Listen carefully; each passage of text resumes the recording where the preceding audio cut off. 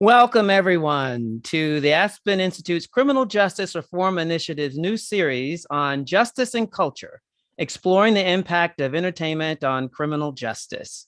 We want to remind everyone that to submit your questions, you need to do it in a Q&A area, and we look forward to a wonderful conversation with an amazing, wonderful person. We're very pleased. The first guest on our series is the president of Color and Change, Rashad Robinson. So welcome, Rashad. Thank you for having me. It's good to see you. It's been a long time no see, right? Absolutely. Yeah. So Rashad, there are so many issues an organization like Color of Change could take on.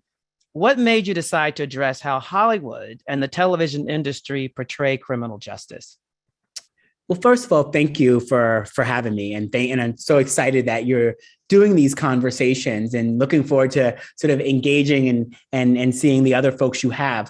At Color of Change, we believe that people don't experience issues, we experience life, that the forces that hold us back are deeply interrelated, so that a racist criminal justice, an unjust criminal justice system requires a sort of unjust and racist media culture to keep it alive, to sustain it, to create the demands for more of it.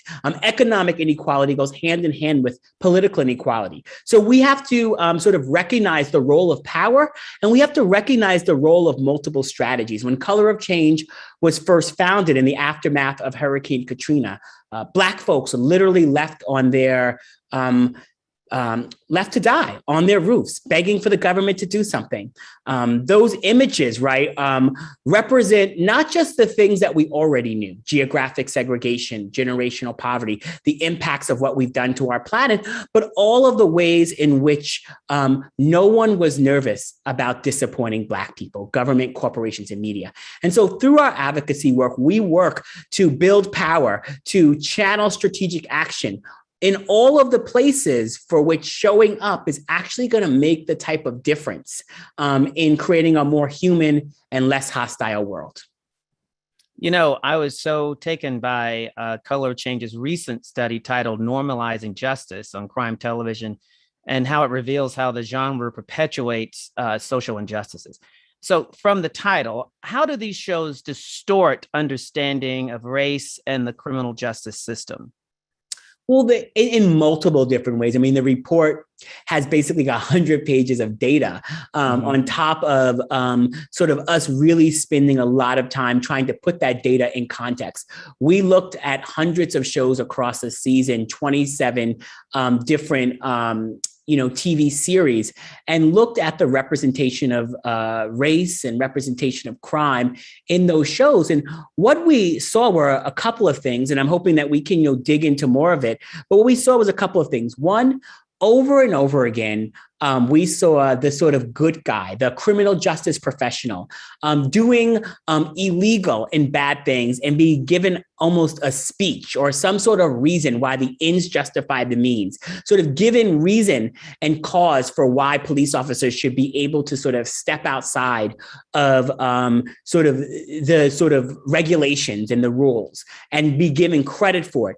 We saw TV shows that actually had done a pretty good job in terms of representation of race on the screen, in terms of the characters. So communities where race and racial diversity existed, but racism actually didn't exist. And so the kind of representations of race were not sort of there. We saw a lot of instances where sort of a lot of people of color characters were there, but they were not actually at any point ever speaking out against the system or the injustice.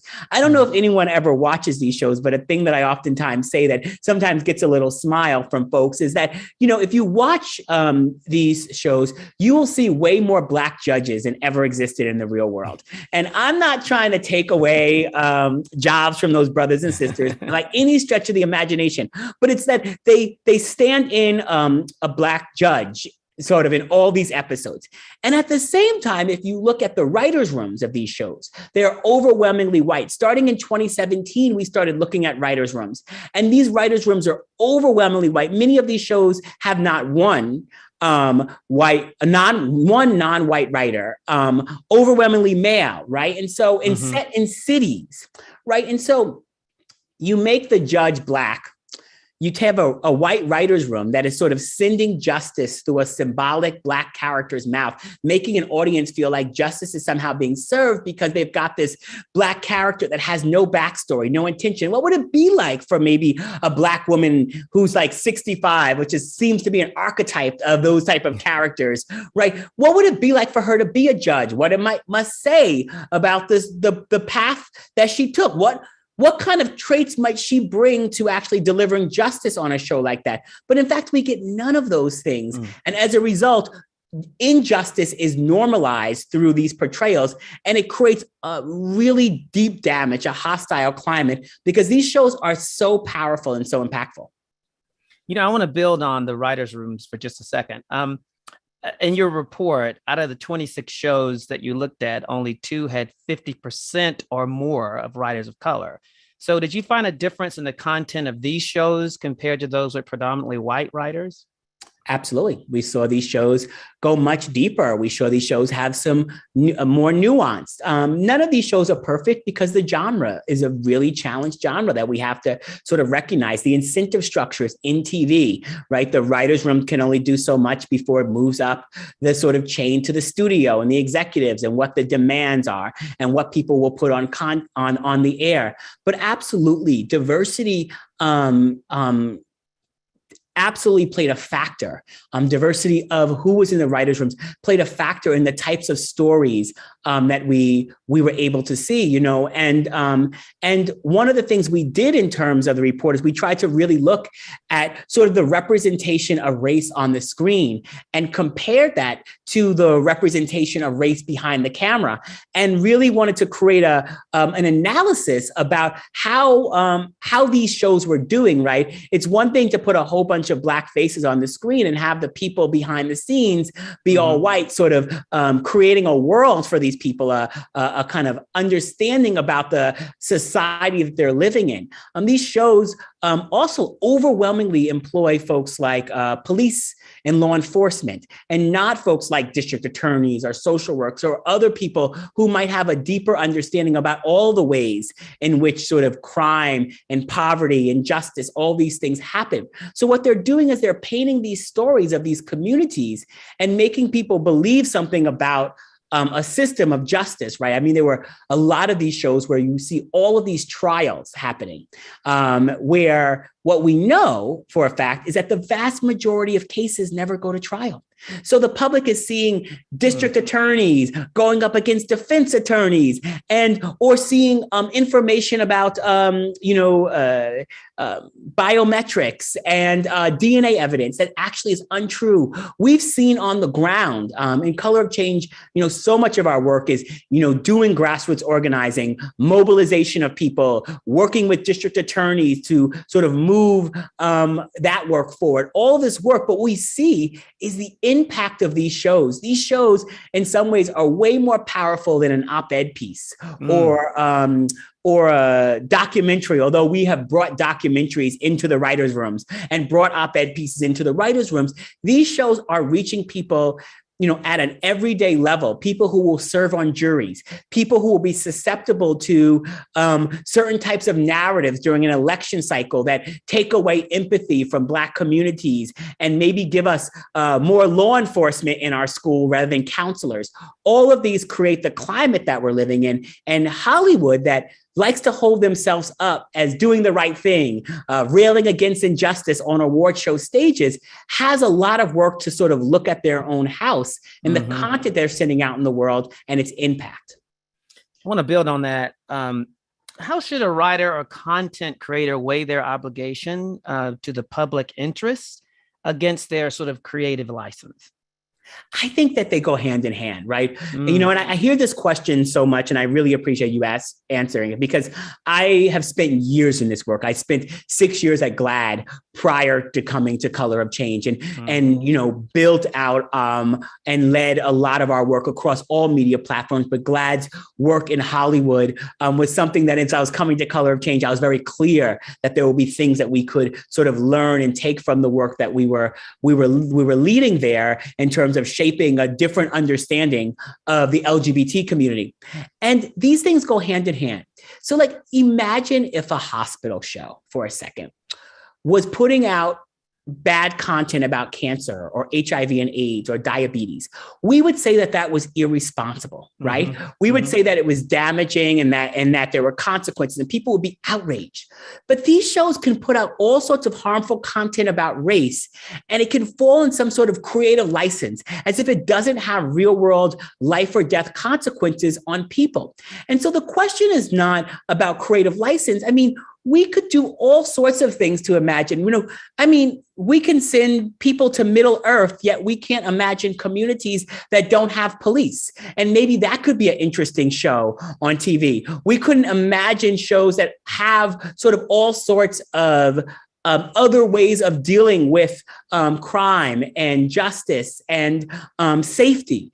And we end up getting these same type of really extractive content that puts communities in harm's way because there seems to be a real lack of imagination and creativity. I mean, many of these shows start off by saying they are ripped from the headlines. And so if they say they're ripped from the headlines, I have very little patience for them coming back talking about creative license because they've already started out from a place where they are like, they're trying to present a set of accuracy or a set of or reality that in many ways becomes really irresponsible.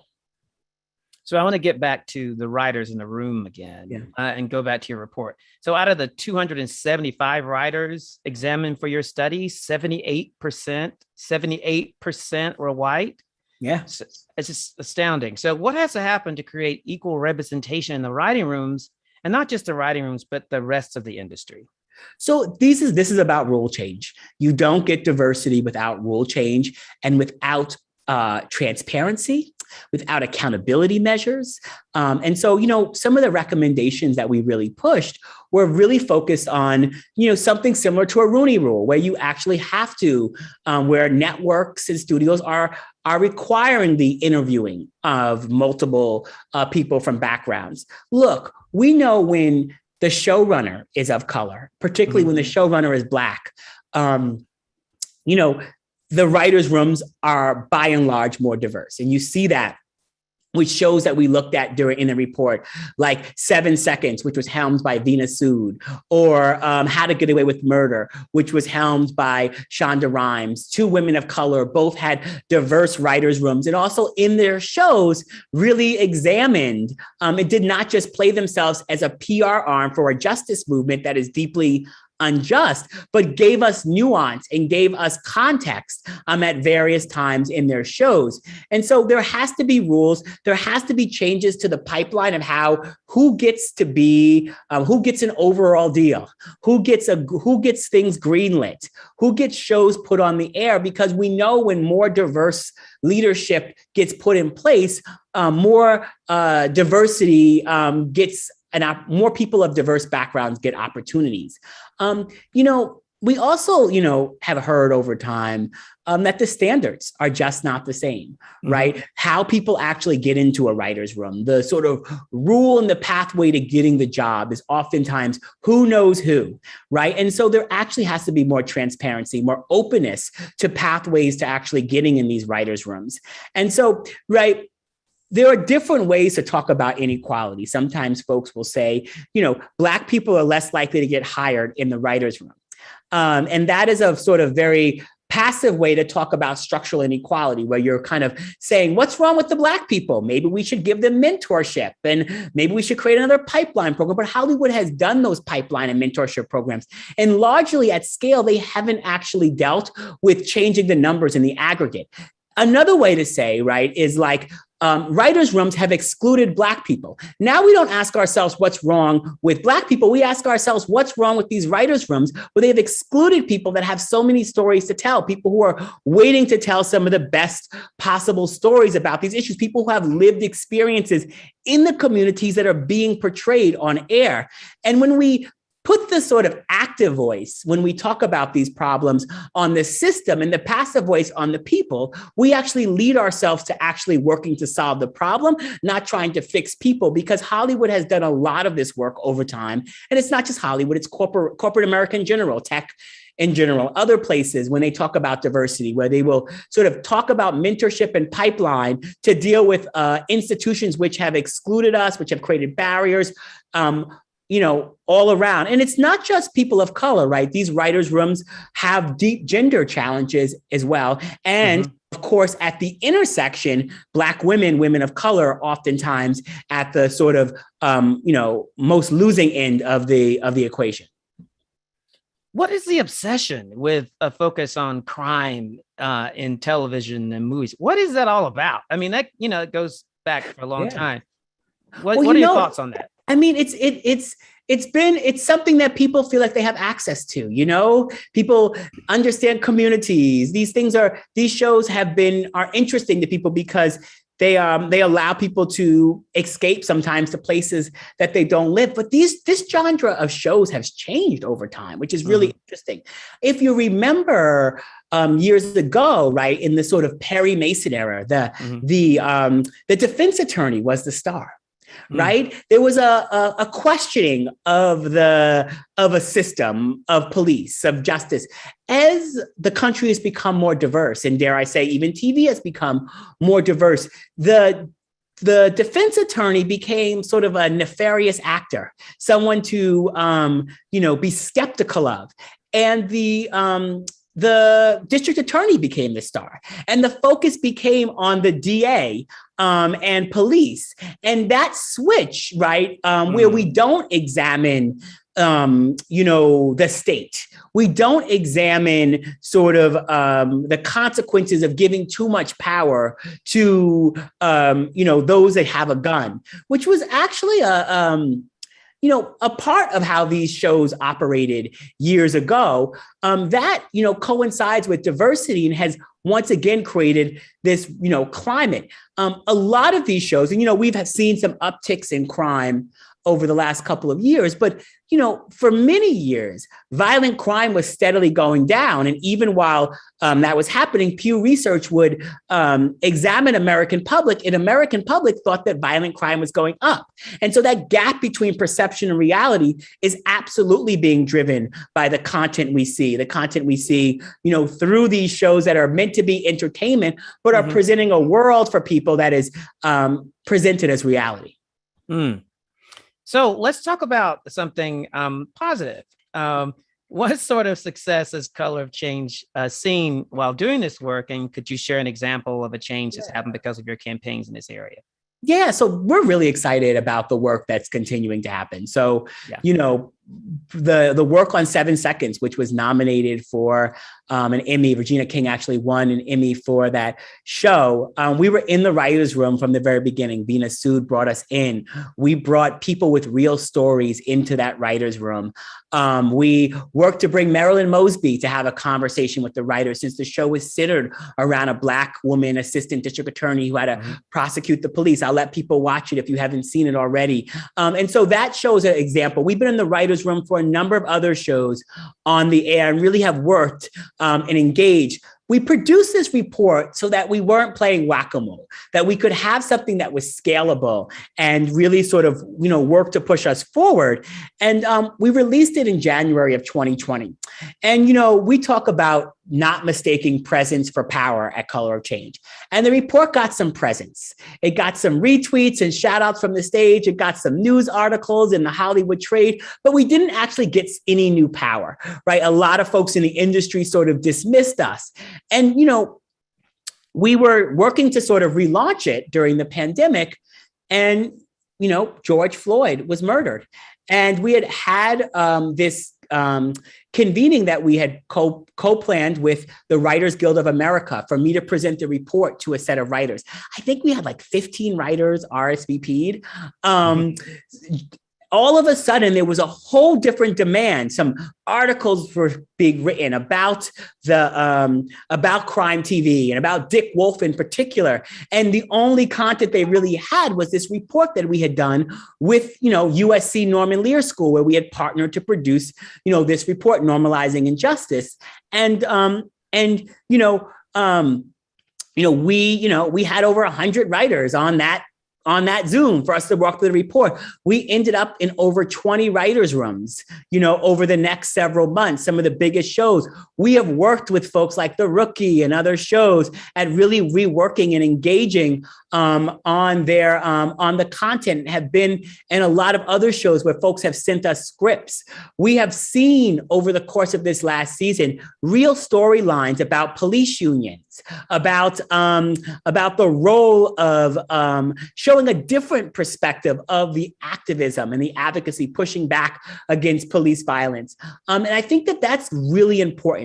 By no means has the genre changed. We are actually in process right now of building out the next phase of the report. And that report is going to be actually much larger. We're going to look at things like mental health and Black youth and so many other places where the sort of stories and the content really leads to so many of the challenges that we're currently having.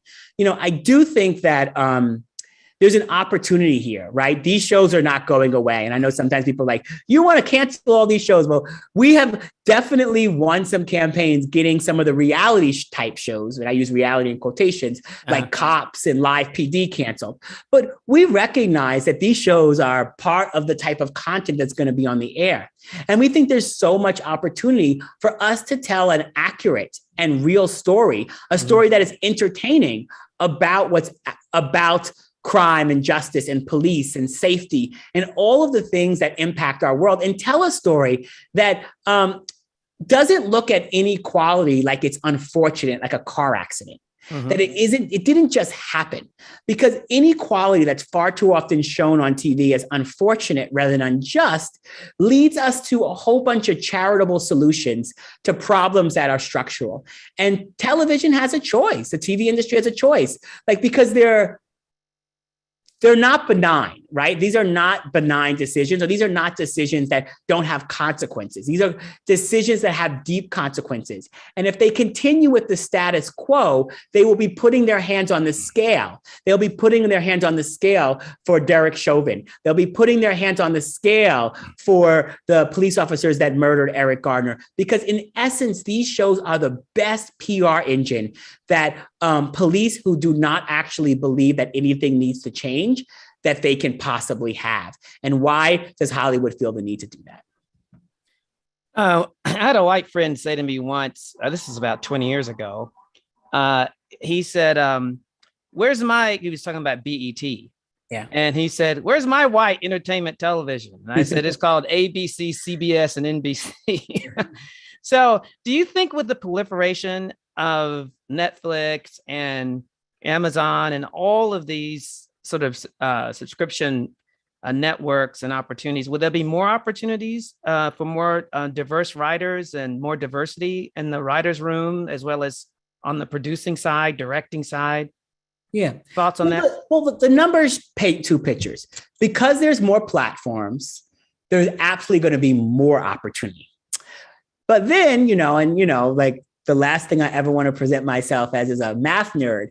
But when you actually start getting into the percentages, do the percentage of opportunities actually scale? Because more opportunities means more opportunities for everyone. But do we actually get to more equality is the question, right? Do the sort of opportunity gaps start to close because there are more of these opportunities? And at this point, we have not seen that.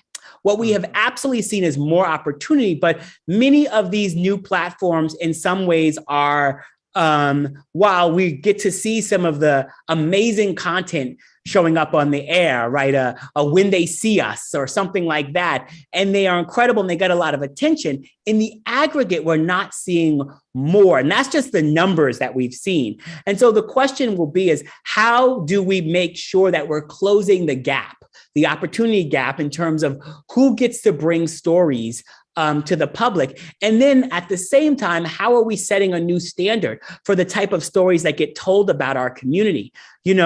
What you could put on the air about the LGBT community 15 years ago, the type of content that could be put on the air and could be considered absolutely acceptable versus the type of content that you can put on today has changed. And it's changed because of people on the inside and people on the outside. It's changed because power dynamics have changed. It's changed because there were consequences and there were rewards. And part of what we recognize at Color of Change is that we can't just wish and hope for changes. We have to build the advocacy and the sort of strategies to actually fuel those changes, to push for those changes. And then when those changes happen, to create a roadmap for more of those changes, to raise the floor on what's acceptable and push up the ceiling on what can be possible.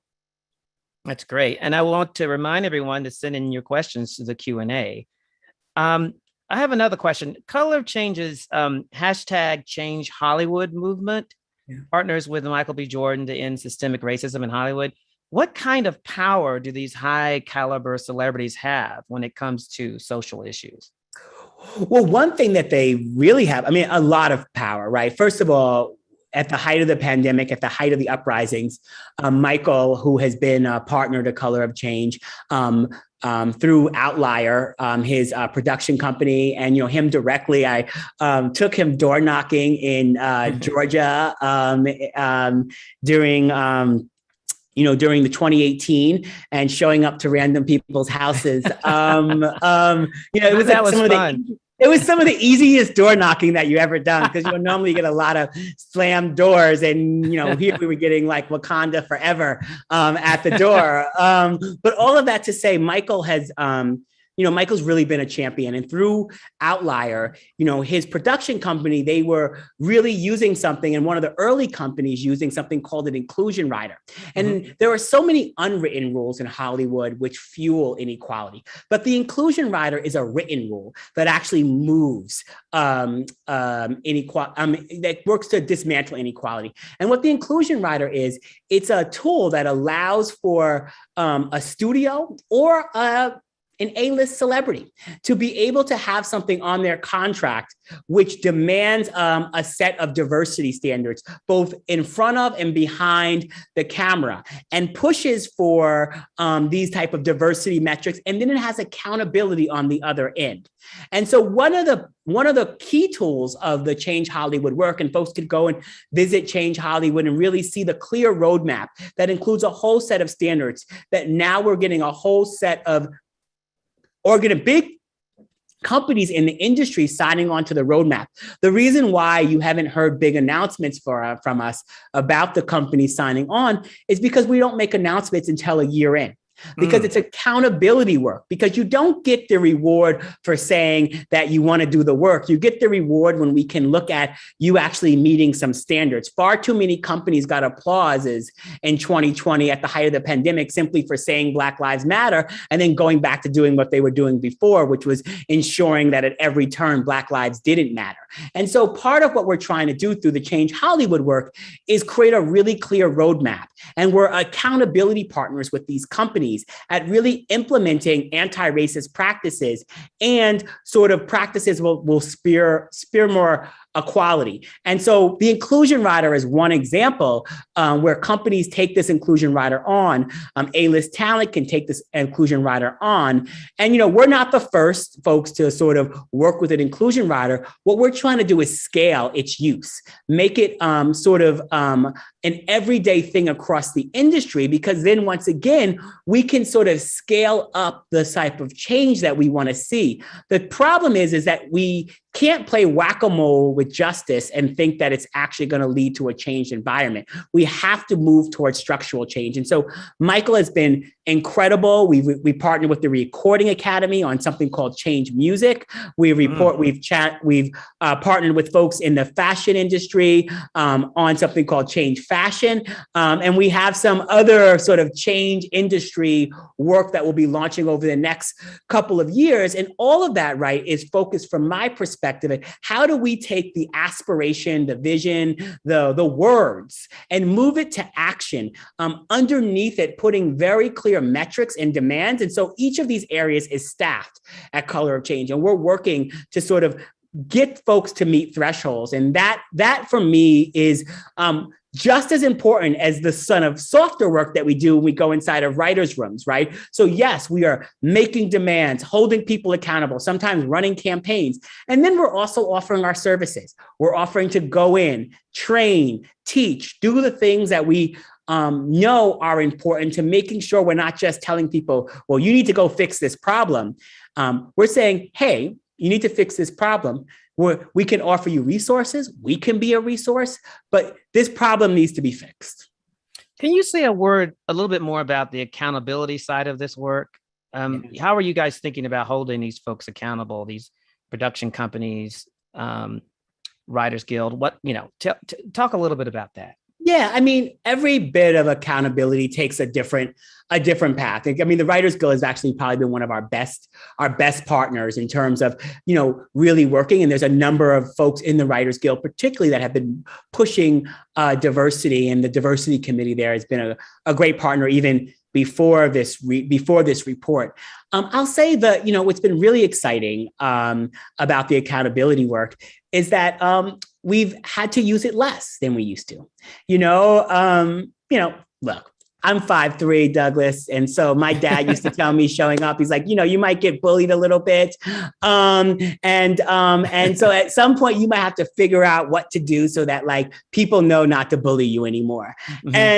And over the years, Color of Change, from a scrappy organization with 6 staff members, and a 650 person, membership that I joined, in 2011, to now being an organization with a reach of over 7 million that has robust programming. Sometimes we can start off with conversations, and in many places we can start off working to move people because folks will pick up the phone call and be in those conversations. It's similar to my experience at GLAAD. When I left GLAAD and came to Color of Change, there were a whole bunch of conversations and doors that were open during my time at GLAAD that suddenly were not open anymore when I went to Color of Change.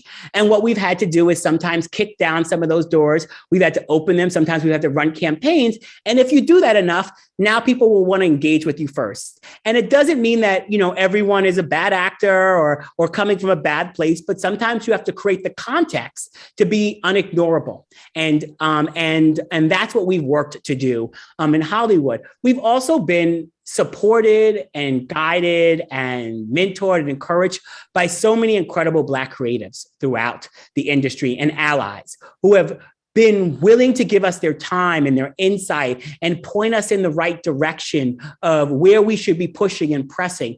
And so part of what we recognize as an organization that really sees ourselves as like a outside to inside player, that we have to really work with the folks on the inside and really have to sort of engage. And that's been part of the accountability work. And so there's been times where some of our campaigns have been because people in the industry is like, we need you.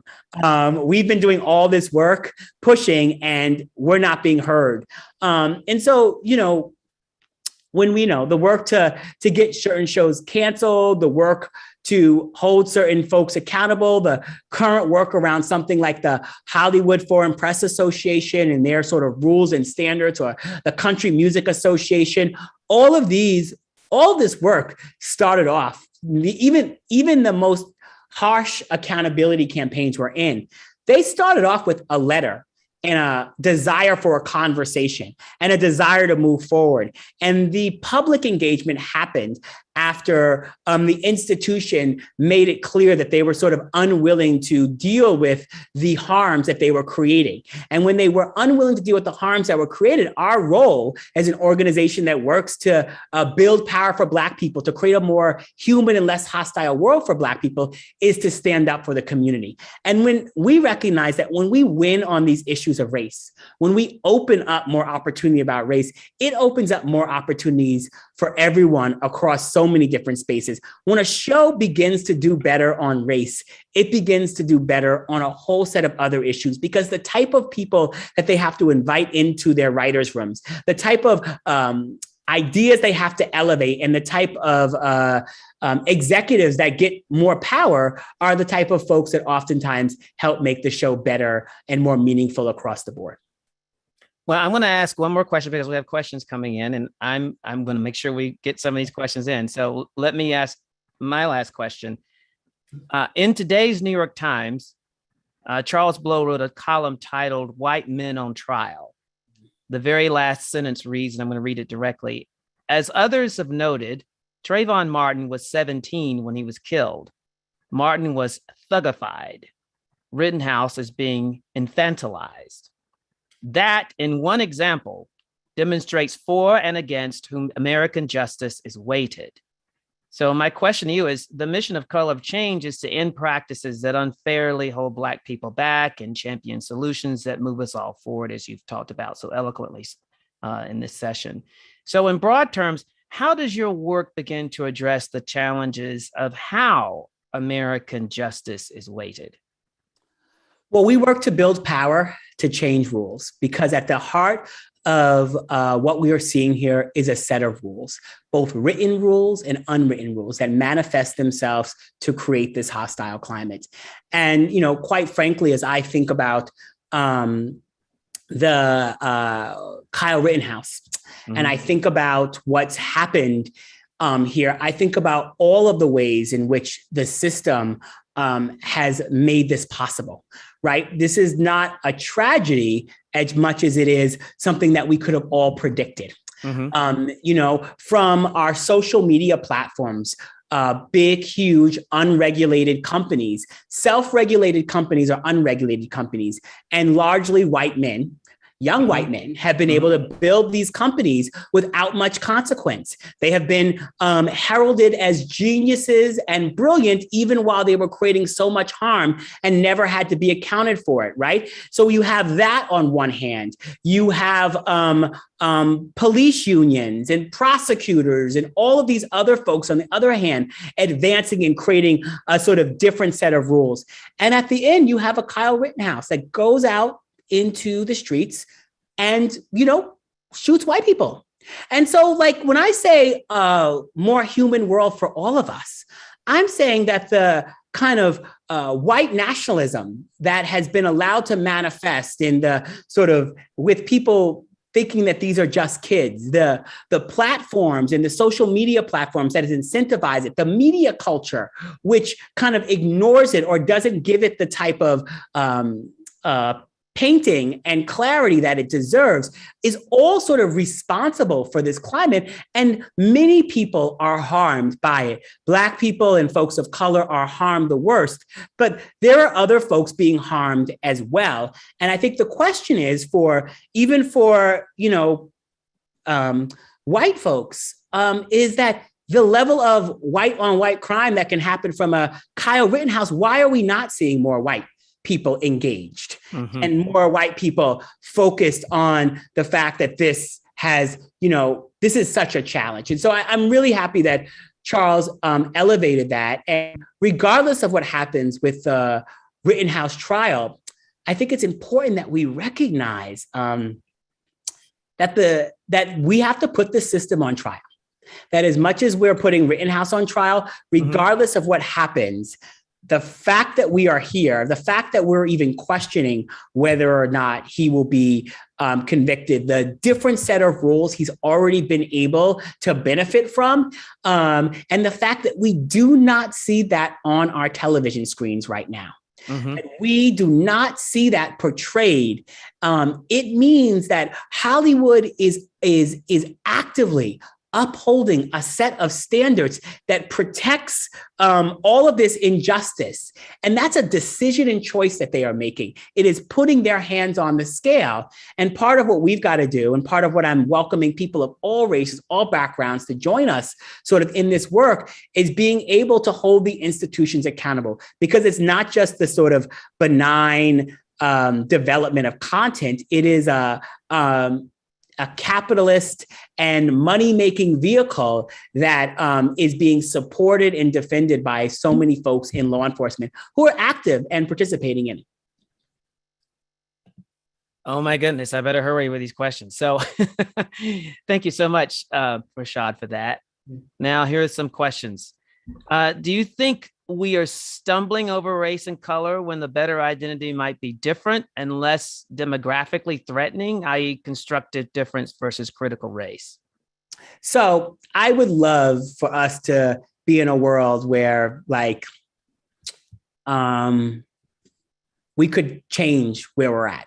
And I do know the sort of, I do know where this comes from. It's sort of hopeful, right? That like, if we don't talk about race, if we don't talk about it as much, then it won't be used. But like, to be clear, like the same people that don't want our kids to learn about evolution or climate science or want gay teachers in schools or didn't want girls to learn math are the same people trying to cancel Martin Luther King and Rosa Parks from our schools. It's the same people. And us trying to talk about something that's not about race will not help us, right? I remember in the marriage movement, marriage equality movement, where folks wanted to talk about things that were not about gay and lesbian couples. And the public rejected it, right? They wanted to talk about 1,138 federal rights of marriage instead of talking about loving and committed couples. The fact of the matter is that people may think racial justice is divisive, but I have a different story.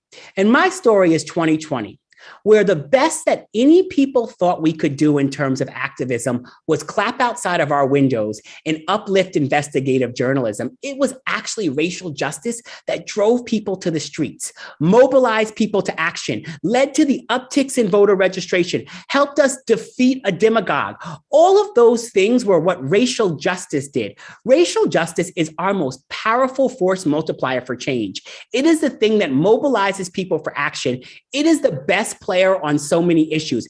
And far too often when things get tough, many people who care about issues like climate, education, so many things want to turn their backs on racial justice. The final thing I'll say is that there is no way we're going to win on criminal justice reform by pretending like it's not about race.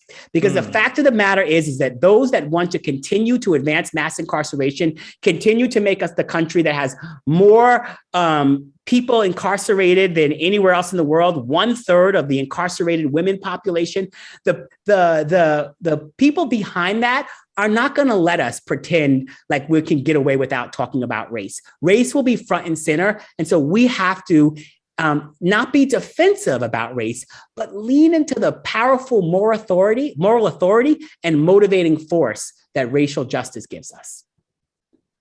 That is the perfect ending of a wonderful conversation. Thank you so much, Rashad, for being a guest on our first in the series. I hope everyone reads your report, Normalizing Injustice from Color of Change, and wish you all the best in your work ahead. We know it's very challenging, and thank you for your commitment to the work, and thank you for being with us today. Appreciate you, my friend. Thank you, and thank you for everyone who joined us. And I'd like to remind the audience to save the date for February 9th, which is our very next series, which will feature Scott Budnick, film producer, CEO of One Community Productions. He's a founder of the Anti-Recidivism Coalition and one of the executive producers of the movie Just Mercy, starring the aforementioned Michael B. Jordan. So thank you all so much. And it's such a great opportunity to see you all. Thank you. Join us next time.